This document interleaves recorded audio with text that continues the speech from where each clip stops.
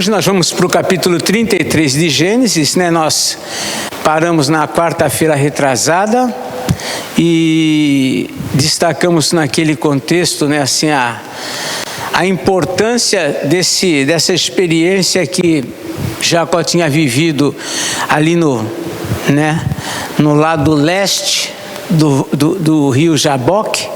Ele tinha passado toda a família e ele permaneceu ali. Ali ele viu essa experiência de um encontro com Deus.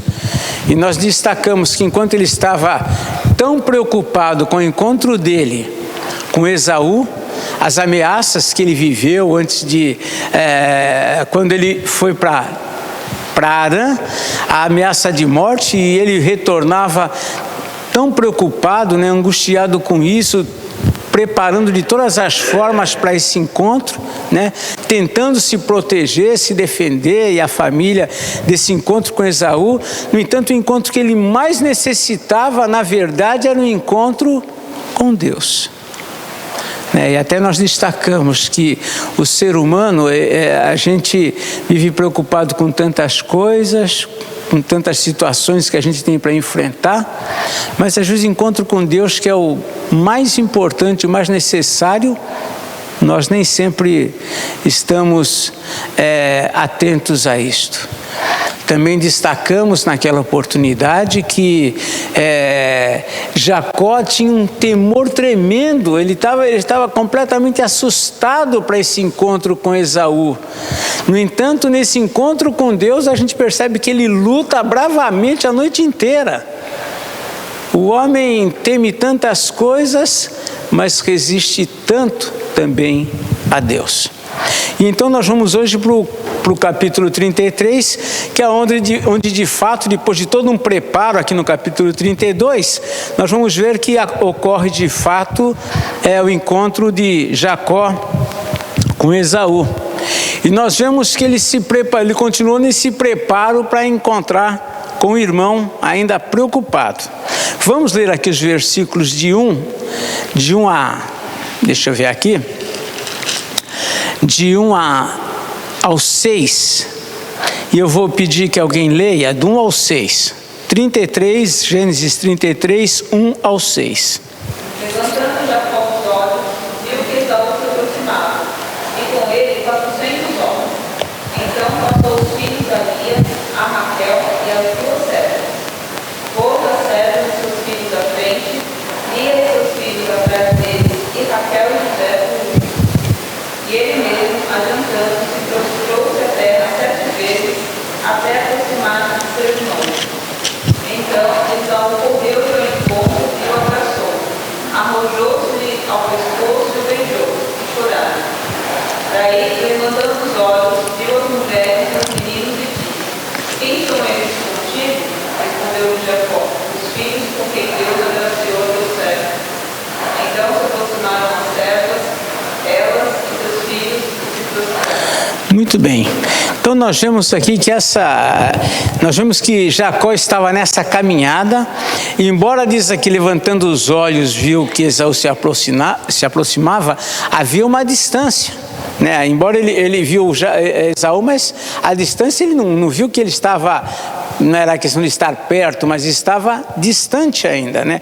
Tanto é que ele viu que vinha com os 400 homens, houve tempo dele passar os filhos para Lia, para Raquel e as duas servas. É interessante a questão até de valor aqui, de sentimental com respeito, que ele coloca lá em primeiro lugar, né? Ele coloca as servas e seus filhos. Depois das servas e seus filhos, ele coloca Lia e seus filhos. E lá por último, mais protegida, está Raquel e seus filhos. E Raquel e o filho, no caso, que era José. A gente vê, né, essa situação, a gente vê como era, não sei, dá a impressão que era comum naquela época. As preferências ficarem evidentes, né? Então, se a gente fosse aqui começar a imagina por que ali deve perguntar, por que eu, né? Lá na frente e a minha irmã Raquel lá atrás. Essas coisas iam gerando o que a gente vai ver depois na família, uma série de divisões, uns se sentindo preteridos, outros protegidos, uma situação muito complicada, mas Jacó mesmo evidencia, a gente vê essas coisas. E o fato é que ele se prepara, ele coloca as mulheres lá e ele vai à frente, né, e vai se prostrando. Tanto é que esses 7 vezes ele foi se prostrando. Então havia um tempo, uma distância até Esaú de fato chegar bem perto dele aqui, e ele vai nesse trajeto se prostrando, diz aqui, prostrou-se à terra 7 vezes até aproximar-se de seu irmão, né? Se apresenta como servo, né? A gente vê que ele foi desde o princípio sempre se mostrando como servo, né? O temor dele encontrar com Esaú e as ameaças que ele viveu 20 anos antes, que foi há 20 anos antes ele tinha deixado a família para ir para lá, mas aquilo ainda estava vivo na presença dele. Ele caminhou à frente dos grupos, né? Se prostrou, e aí nós vemos que aqui finalmente acontece o encontro, né? Que está aqui no versículo 4. Então Esaú correu-lhe ao encontro e o abraçou. Arrojou-se-lhe ao pescoço e o beijou e choraram. Então aquele temor todo que Jacó viveu para esse encontro, na verdade foi algo emocionante, né? O irmão o abraçou, o irmão o beijou, e ali demonstrando ali a saudade, o afeto, demonstrando que toda aquela mágoa, toda aquela ira, indignação contra Jacó era coisa do passado e que não continuava, que aquele espírito de vingança não estava mais presente no coração de Esaú, né? Esaú estranha todo o preparo de Jacó, estranha, né?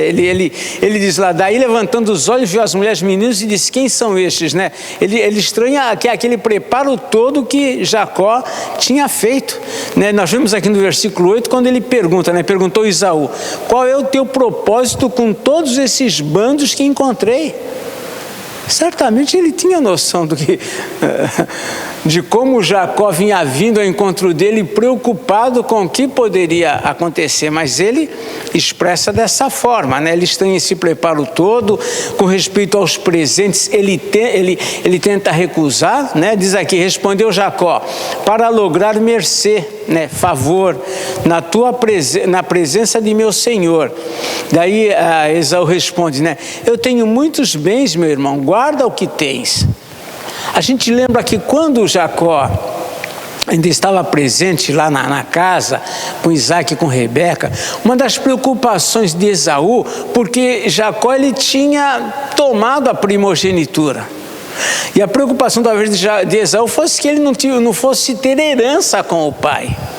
Só que não é isso que acontece, né? Acaba ele ficando. Na verdade, a primogenitura de Jacó tinha algo muito mais adiante da parte de Deus para ele do que simplesmente a herança de seu pai, que acabou ficando, na verdade, com Esaú.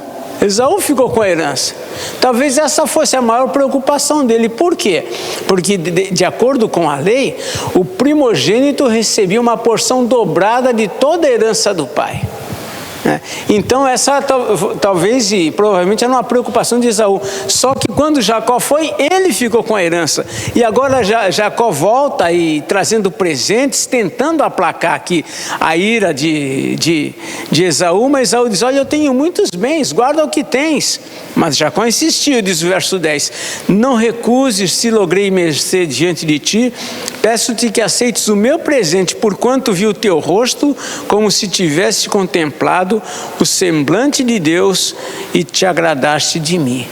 Então, para Jacó, o fato dele encontrar o irmão dele, né, com essa saudade, com esse afeto, para ele era uma obra de Deus, era um cuidado de Deus, era Deus estando ali mudando aquela situação.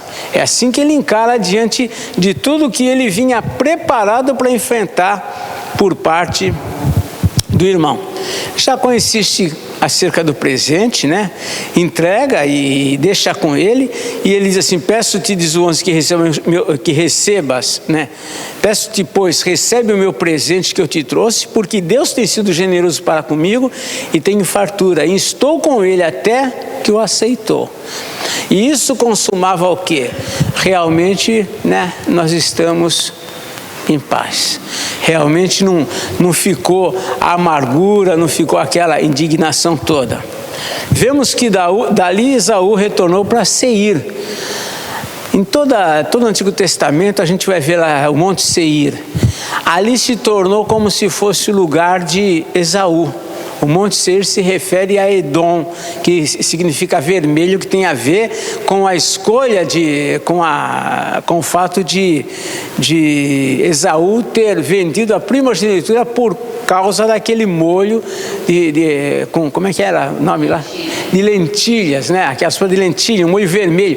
Então ele ficou com esse nome de Edom. Então Edom acaba sendo a nação edomita, que é de Esaú, vem de Esaú. Muito bem, ele retorna para o Monte Seir, né? Que significa áspero, peludo, coisa assim, que também era uma característica de Esaú. E ele na expectativa que Jacó o seguisse para lá. É interessante isso, Jacó não foi, né? Jacó não foi. Nós vemos aqui nos versículos 12 a 16, diz assim, pode ler alguém, 12 a 16. Pois não. Esse versículo 3 aqui mostra Jacó se prostrando 7 vezes. Sim. Só uma curiosidade. É muito utilizado na Igreja Católica para justificar a prostração diante de santo. Mas só a apologética deles com relação aos fiéis se prostrarem diante de... Entendo. Isso é algo perfeitamente natural. Não, o que acontece é que nos tempos antigos, né, os servos se prostravam diante dos poderosos, dos reis, de oficiais e tudo mais. Isso era algo que acontecia. Nesse caso particularmente, a razão é obter o favor, obter, né, a graça, obter o perdão ali por parte do irmão. É isso que ali significa. Ele se apresenta desde o começo como servo, né? Ele sempre vai dizendo aos servos dele, né? O Jacó falando assim, olha, vai lá e diz para Esaú que o servo dele, Jacó, está mandando. Quer dizer, na verdade fazia parte da estratégia dele e do irmão aceitá-lo, né? Ele estava querendo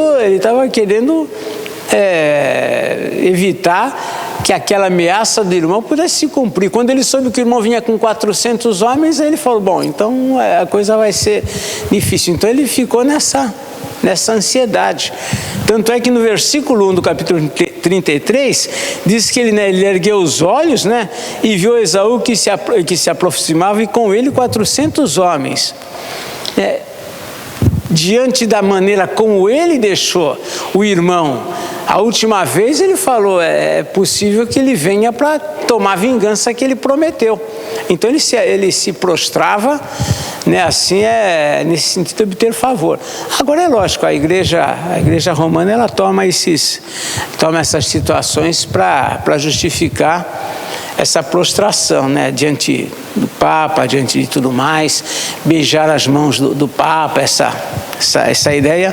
Eles vão tirando mais, é um texto aqui que Jacó estava, na verdade, com muito medo de Esaú. Mas como vemos, estava dizendo, Esaú esperava, ou ele acho que tinha expectativa de que Jacó acompanhasse para Seir, né? Ele diz aqui no versículo, pode ler o 12 agora em diante. Disse Esaú, partamos e caminhemos, eu seguirei junto de ti. Porém Jacó lhe disse, meu senhor, sabe que estes meninos são teus, e tenho comigo ovelhas, vacas de leite. Se forçadas a caminhar demais, um só dia morrerão todos os rebanhos. Passe o meu senhor adiante, disse seu servo, e eu seguirei guiando-as pouco a pouco, ao passo do gado, que me vai à frente e no passo dos meninos, até chegar o meu Senhor em Seir. Veja bem, Jacó deixou a terra dele há 20 anos atrás, até acontecer esse retorno.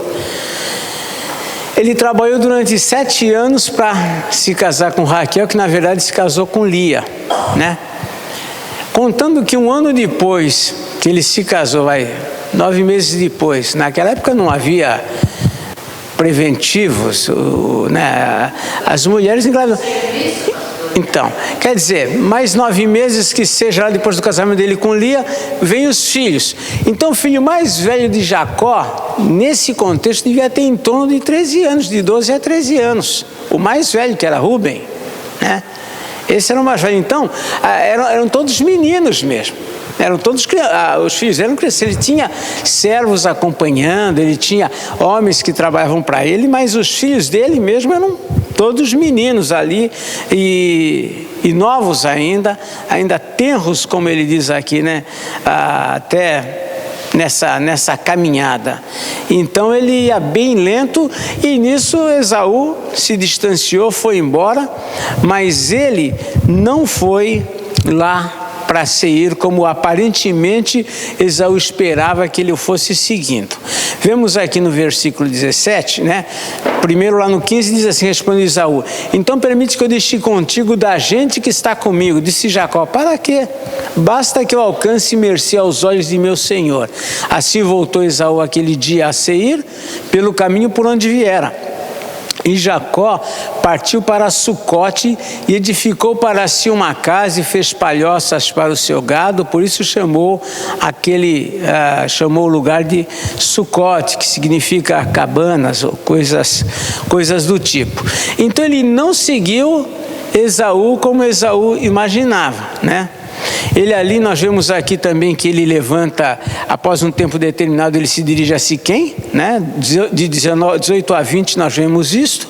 Pode ler alguém, 18 a 20. Voltando de Padarã, chegou Jacó são e salvo à cidade de Siquém, que está na terra de Canaã, que armou sua tenda junto da cidade. A parte do campo onde armava a sua tenda, ele aprovou os filhos de Amor, pai de Siquém, sem perto de ninguém. Levantou ali um altar e lhe chamou Deus de Israel. Muito bem. Então era como oi. Pode falar. Estava falando dos filhos, verdade, na maior deveria ser em torno de 13 anos, mas ele ficou mais de 20 anos servindo ao Labão. Ele ficou 20 anos servindo a Labão. Mas vamos fazer as contas? Porque aqui diz, né? No texto diz, 20 anos permaneci em tua casa. Tá. 14 anos que servi por duas filhas e 6 anos por ter rebanho. Certo. Então, mas faz as contas. Os primeiros 7 anos ele não era casado. Ele trabalhou para receber a esposa. Certo? É essa a ideia. 7 anos ele não tinha esposa, ele passou 7 anos só trabalhando para receber. Quando ele recebeu, aí então, digamos, dos 20, 13 já foram, 7 já foram, sobram 13.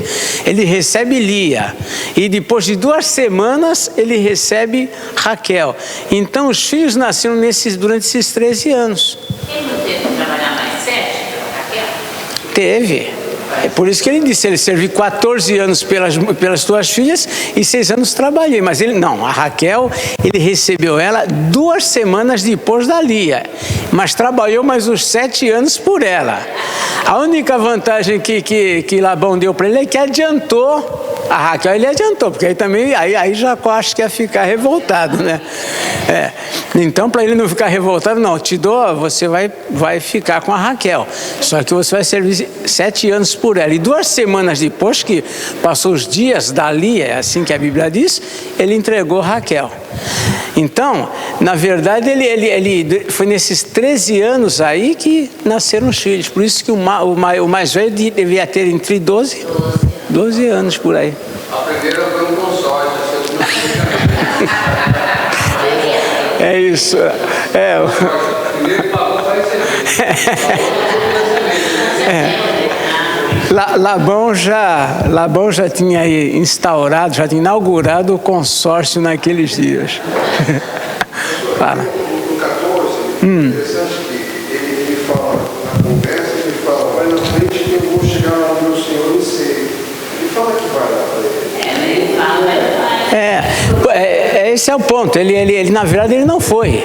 Mas o que me chamou a atenção, ele já havia andado com o anjo do Senhor, já havia aquele... Sim. Mas quando foi que ele realmente acreditou que o Senhor era com ele e poderia fazer isso?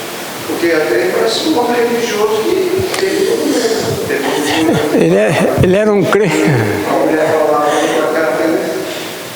Ele era um crente que nem a gente. Não é? Quando as coisas apertam, ficam difíceis, né? Mas é assim mesmo. Mas a gente não é assim, a gente quer dar um jeitinho da gente. Quis fazer. É isso mesmo. Exatamente, falou que ia estar com ele, falou que ia... Mas e agora? Ele já não... Mas ele não tinha dito para Abraão que ele ia dar um filho para Abraão? E Abraão também não aceitou o conselho da Sara e não foi ter filho com a escrava? É assim. Mas Deus não podia falar, Abraão, não te falei que ia te dar um filho? Por que você...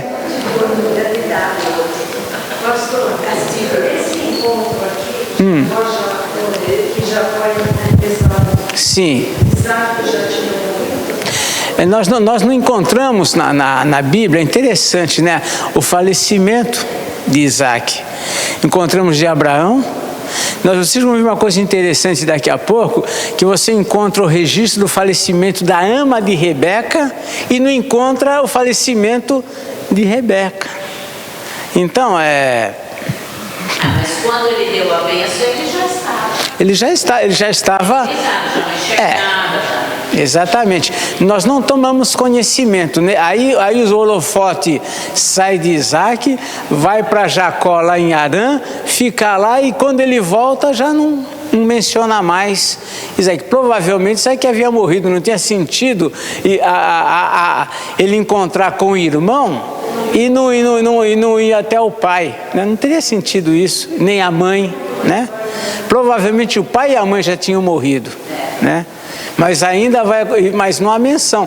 Agora, quando morrer a ama de Rebeca, aí é interessante que vai haver uma menção disso. É uma coisa que alguns estudiosos consideram, né, eles lançam assim a ideia, né, algumas posições, de que por conta da mentira de Rebeca, não há assim uma memória da morte dela. Mas aí fica numa suposição, aí entra né, o que a Bíblia não colocou, a gente fica apenas numa ideia. Ele não. Eu acho que o fato dele ter conseguido fazer sentir que estava em paz, já falou, bom, agora vai que amanhã ele repense aí a ideia. Oi.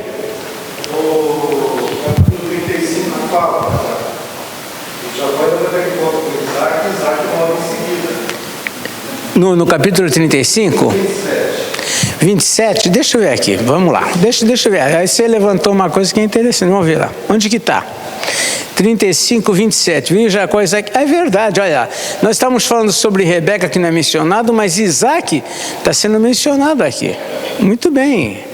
Veio Jacó a Isaac, seu pai, a Manre, a Quiriate-Arba, e foram os dias de Isaac 180 anos. Então, gente, retira aquela parte de Isaac, fica da Rebeca, mas então nós vemos aqui que Jacó teve um encontro aqui com seu pai, né, em Manre. Agora, ainda assim, né, é muito interessante que aqui nesse encontro que ele tem com Esaú, ele não menciona essa ida lá, ou o pai, acho que seria, né, uma coisa até natural, né, ele sair dali e ir lá encontrar o pai. Mas fica aqui as informações. Mas quando eu chegar no 35, vou ver se eu consigo. Esaú e Jacó, seus filhos, você voltaram. Isto. É tudo igual, né? A pessoa está doente, faz aniversário, não vem. Aí morreu, vai lá sepultar. Esaú e Jacó, seus filhos, os sepultaram, né? Verdade. Mas quando...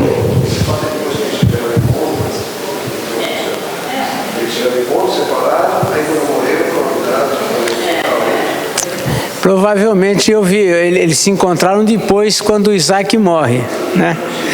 Eu vou ver se consigo alguma informação, né? Às vezes você consegue algum livro, algum comentário, alguma informação a mais sobre isto, tá? Mas tem coisas que nós realmente não temos respostas, né? Ele encontra com Esaú, de Esaú ele vai para Siquém, fica por lá, né? E a gente fala, mas... né, Isaac. A mãe eu sei que não aparece mesmo, há informações que não é mais mencionado, mas e agora?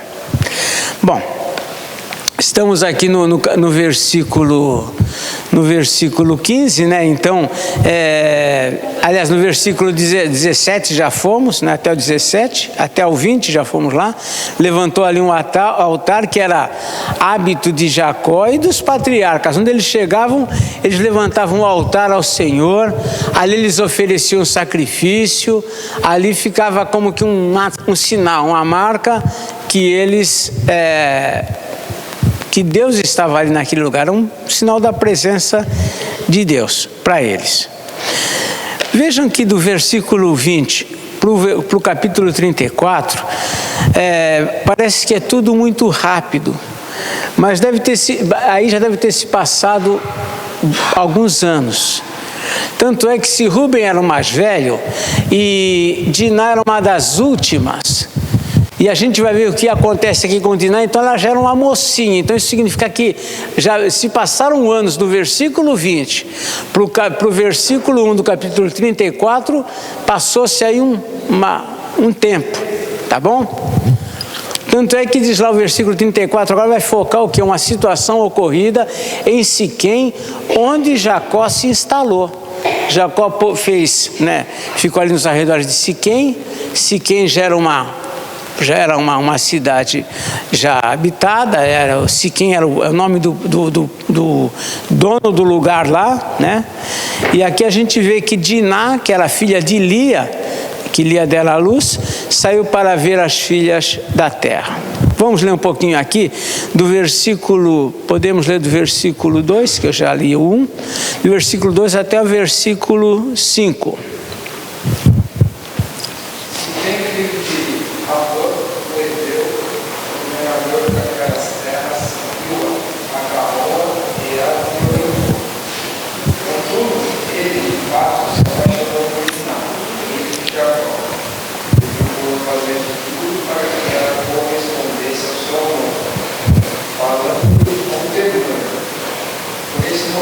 Por pedir a seu pai, Amon, consegue essa jovem por esposa.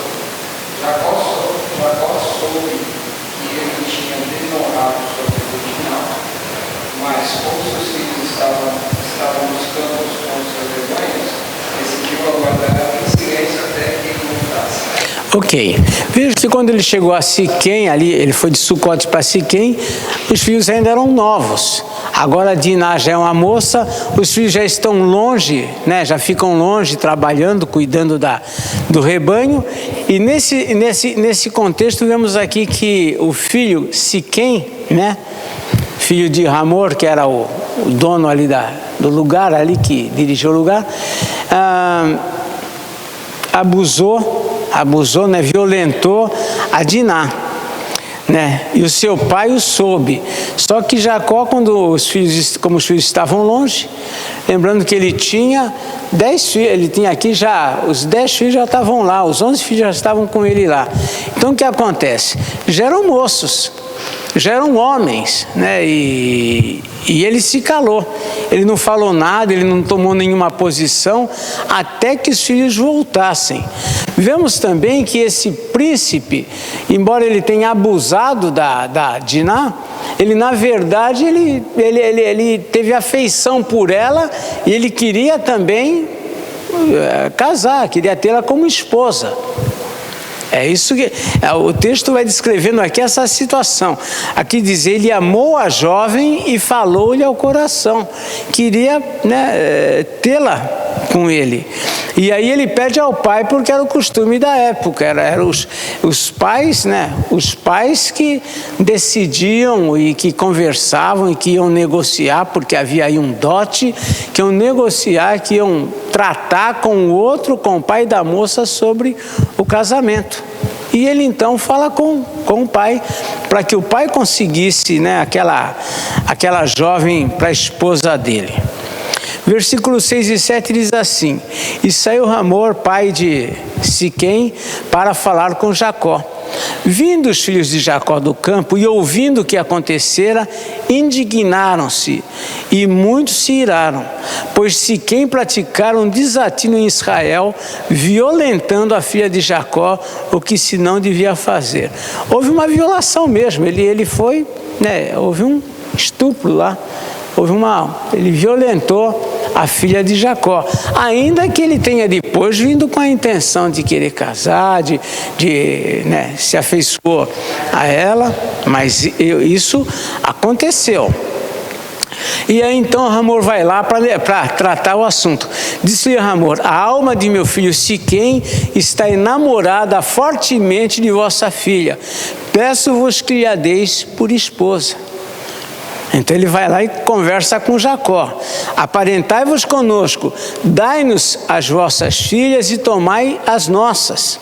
Habitareis conosco, a terra estará a vosso dispor, habitai e negociai nela, e nela tende possessões. Alguns comentaristas vão descrevendo, aqui era um momento perigoso para o povo de Deus, né? Uma das coisas que o Senhor foi fazendo com a família de Jacó e dos patriarcas, era separando eles desse convívio comum com as nações.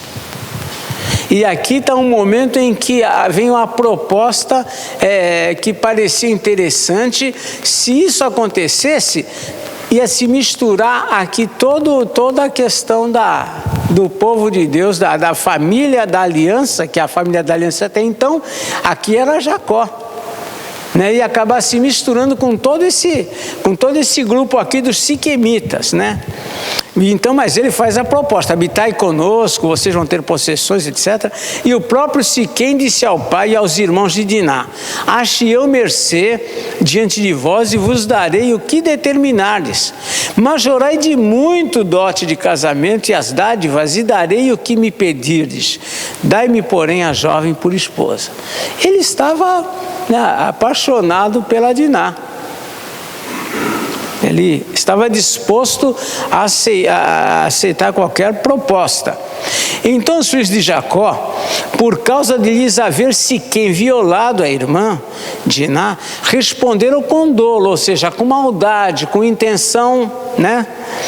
A Siquém e a seu pai Hamor lhes disseram: não podemos fazer isso, dar nossa irmã a um homem circunciso, porque isso nos seria ignomínia, ia ser uma blasfêmia, ia ser uma afronta, ia ser um pecado. Sob uma única condição permitiremos que vos torneis como nós, circuncidando-se todo o macho entre vós. A circuncisão é um sinal da aliança com Deus, né?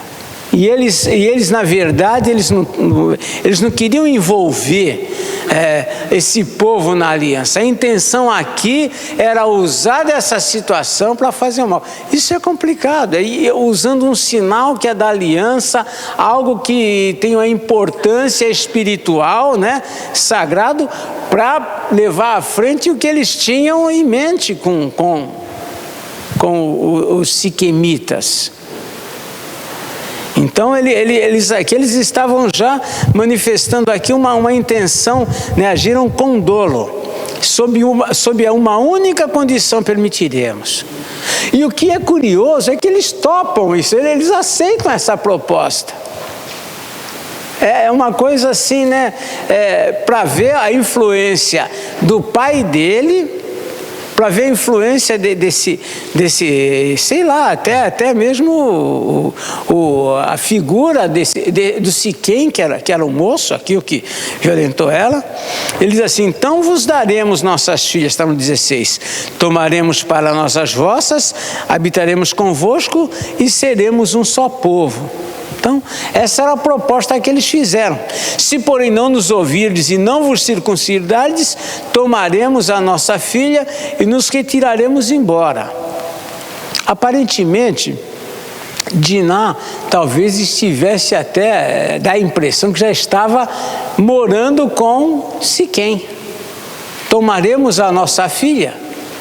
Se estivesse na casa não era isso, mas provavelmente o homem nessa proposta de casamento, talvez Diná já estivesse com ele. Então nós vemos aqui a intenção deles, né? Se vocês não quiserem isso, nós vamos tomar nossa filha, tomaremos a nossa filha e nos retiraremos embora. Mas a gente vê aqui que essas palavras, na verdade, só o fato de haver uma possibilidade, isso já agradou a Hamor e a Siquém, seu filho. Não tardou o jovem em fazer isso, diz o verso 19, porque amava a filha de Jacó e era o mais honrado de toda a casa do seu pai. Ou seja, apesar do que ele fez, e aí a gente entra o que ele fez, nós olhamos isso com um peso de hoje, mas talvez naquela cultura o que ele fez talvez não fosse algo que tivesse o mesmo peso que hoje. Então, mas diz aqui que era o mais honrado da sua casa, Era alguém que tinha uma qualidade, alguma virtude. Vieram, pois, a Hamor e Siquém, seu filho, à porta da cidade. A porta da cidade é onde eles se tratavam essas coisas importantes. Isso até mesmo na cultura judaica é assim. Os anciãos sentavam-se à porta da cidade. Era ali que os negócios eram feitos, eram acertados. Era ali que se tomava testemunha para as transações. Era ali que se resolvia. E esse assunto importante foi tratado à porta da cidade, Diz lá, vieram eles à porta da cidade e falaram aos homens da cidade. E eles convenceram os homens a aceitar.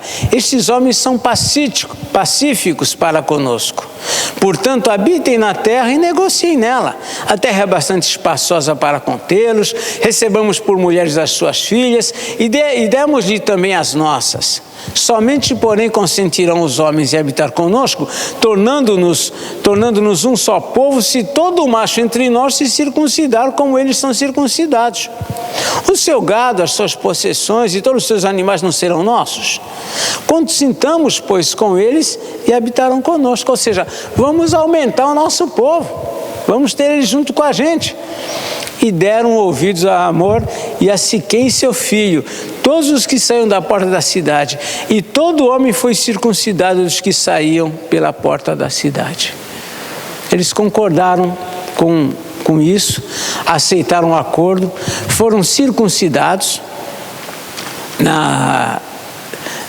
nessa ocasião. E o que acontecia? A circuncisão, lógico, a pessoa ficava impossibilitada, debilitado. Ficava debilitado. E até hoje, no judaísmo, a circuncisão é praticada, lógico, a criança é circuncidado, o filho dos judeus é circuncidado ao 8º dia. Mas o adulto é circuncidado à medida que ele se torna, que ele é aceito dentro da religião judaica. Então ele vai passar pela cerimônia da circuncisão, ele vai também se submeter a isso. E esses homens todos se submeteram, Só que o que acontece? Aí vem o texto aqui, Eles, pela experiência, sabiam o que ia acontecer. Então está lá, olha, ao 3º dia, quando os homens sentiam mais forte a dor, 2 filhos de Jacó, Simeão e Levi, irmãos de Diná, tomaram cada um a sua espada, entraram inesperadamente na cidade e mataram os homens todos. Também passaram a fio da espada a Hamor e a seu filho Siquém. Tomaram a Diná da casa de Siquém, ela estava lá, e saíram. Sobreviveram os filhos de Jacó aos mortos e saquearam a cidade porque sua irmã fora violada. Aí entra os interesses, aí entra a vantagem que a situação, na visão deles, oferecia, e agora já não era só mais uma questão de vingar, de honra, mas vamos tirar o proveito disso. Saquearam toda a cidade, né? Levaram deles os rebanhos, os bois, os jumentos, e o que havia na cidade e no campo, todos os seus bens e todos os seus meninos e as suas mulheres levaram cativos e pilharam tudo o que havia nas casas. Pilhar é levar, é raspar, é levar tudo, né? Então disse Jacó a Simeão e a Levi: vós me afligistes e me fizestes odioso entre os moradores desta terra, entre os cananeus e os ferezeus.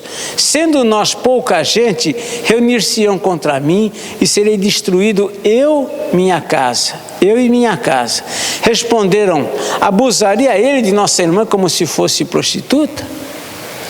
Aí eles tomam a ideia do moral para justificar o que eles fizeram.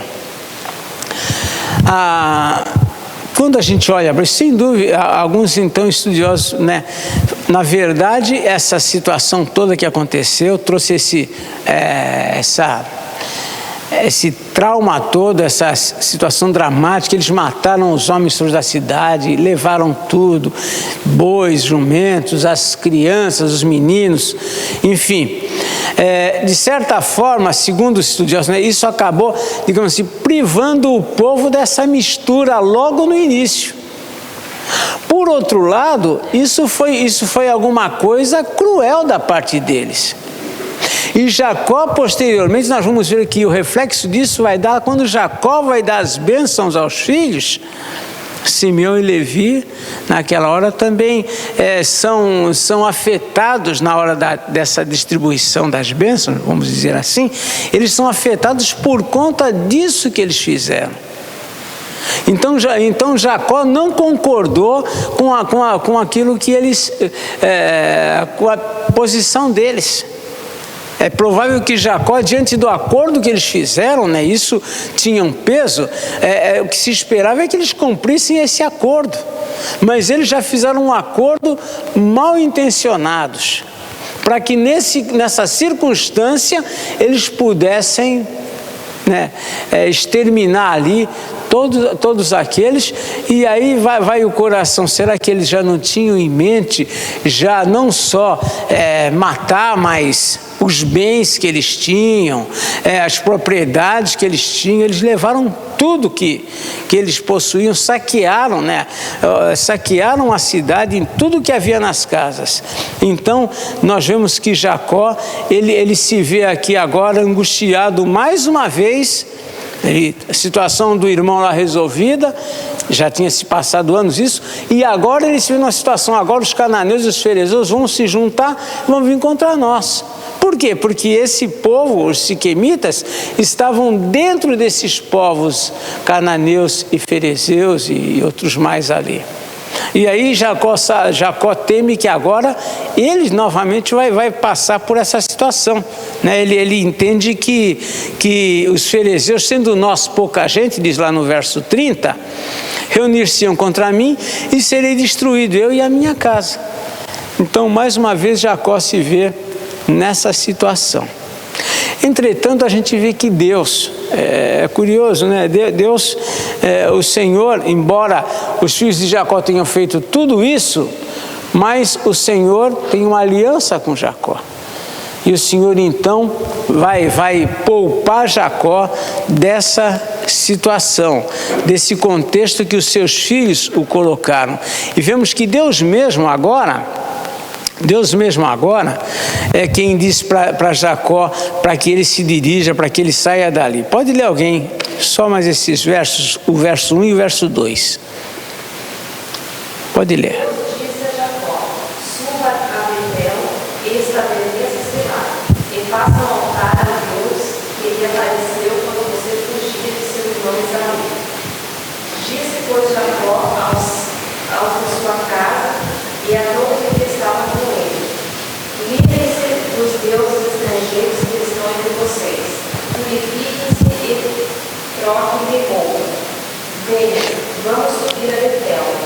farei um altar ao Senhor, que me ouviu no dia de minha angústia, e que tem estado comigo por onde tenho andado. Muito bem. Então nós vemos aqui que o Senhor, nesse momento de desespero de Jacó, mais uma vez, ameaçado, se vê ameaçado ele e sua família, o Senhor diz para ele: olha, você vai para Betel. É curioso que aquele acordo, aquele voto, melhor dizendo, que Jacó havia feito quando saiu da sua casa para ir para Harã, ele parou lá nessa região, ali ele teve a visão da escada que subia, etc., os anjos de Deus, assim, nesse contexto, e aí então ali ele fez um voto com Deus, e Deus o lembra desse voto: você vai voltar para lá.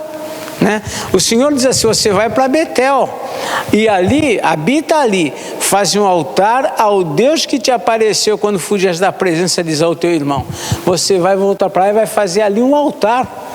E aí então nós percebemos também o seguinte: era um momento crítico na vida de Jacó. Certamente a essa altura, não só ele, mas todos os da casa dele, mesmo os que mataram, agora já começa o medo, porque você vai e apronta. Mas você fala: e agora? Nós somos assim, a gente vai e comete na hora do impulso, comete o erro, e agora? Agora todos estavam temendo essa consequência por parte dos cananeus. E aí a gente percebe então o seguinte: Jacó tinha conhecimento que no meio daquele povo dele havia os ídolos lá que o pessoal carregava. Inclusive, nós nos lembramos de Raquel, que roubou lá os ídolos do pai lá. Então ele disse Jacó à sua família, olha só, a sua família, ele sabia disso, e a todos os que com ele estavam: lançai fora os deuses estranhos que há no vosso meio, purificai-vos e mudai as vossas vestes. Eu imagino assim, Jacó talvez vinha vendo a presença desses ídolos há muito tempo ali.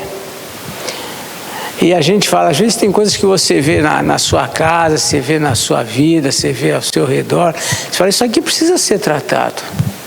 Mas você não se sente ainda no momento, na força, na situação, com segurança para você tratar essa situação.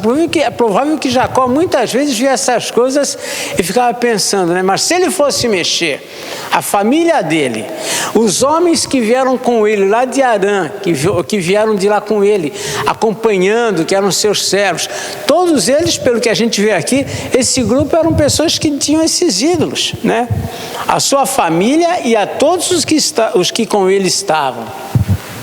Eram pessoas idólatras que estavam ali.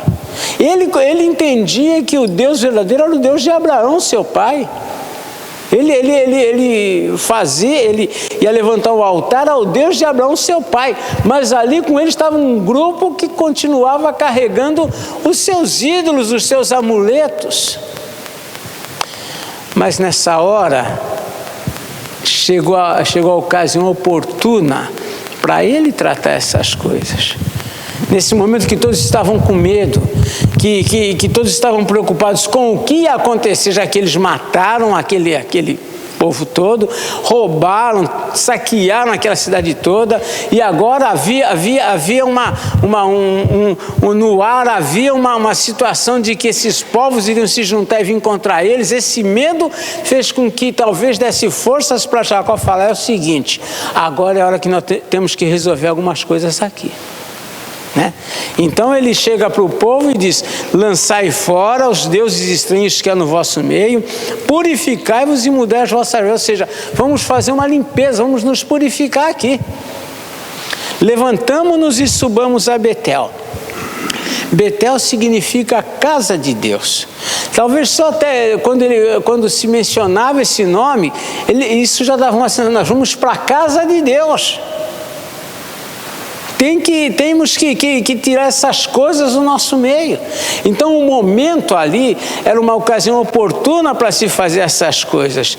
Levantemos e subamos a Betel. Farei ali um altar ao Deus que me respondeu no dia da minha angústia e me acompanhou no caminho por onde eu andei. Talvez Jacó durante muito tempo talvez ele procurasse uma ocasião, e embora ele continuasse sacrificando a Deus, mas para que pudesse falar ao povo que, olha, é a Deus que vocês têm que adorar. E essa era uma ocasião oportuna, em que ele disse para eles, olha, vocês vão se livrar dos seus ídolos. O verso 4 nós vemos lá assim, né? Então deram a Jacó todos os seus deuses estrangeiros. Jacó conseguiu o que ele queria, que tinham em mãos, e as argolas que pendiam nas orelhas. Haviam brincos e argolas que alguns defendem que eram como que amuletos também. Não era só um ornamento, eram amuletos, né? E Jacó os escondeu debaixo do carvalho que está junto a Siquém, ou seja, Jacó aproveitou aquela oportunidade, aquela crise daquele momento para fazer algumas coisas que precisavam ser feitas no meio daquele povo. E a gente tem muita coisa que aprender com isso, mas eu vou deixar para semana que vem a gente tirar algumas lições aqui. Jacó tomou uma posição de liderança, de cabeça, né? Aquilo que ele não tinha conseguido talvez como líder, como cabeça até ali, nesse aspecto ele agora toma a ocasião para estabelecer. Na semana que vem a gente entra um pouquinho mais a fundo nesse ponto.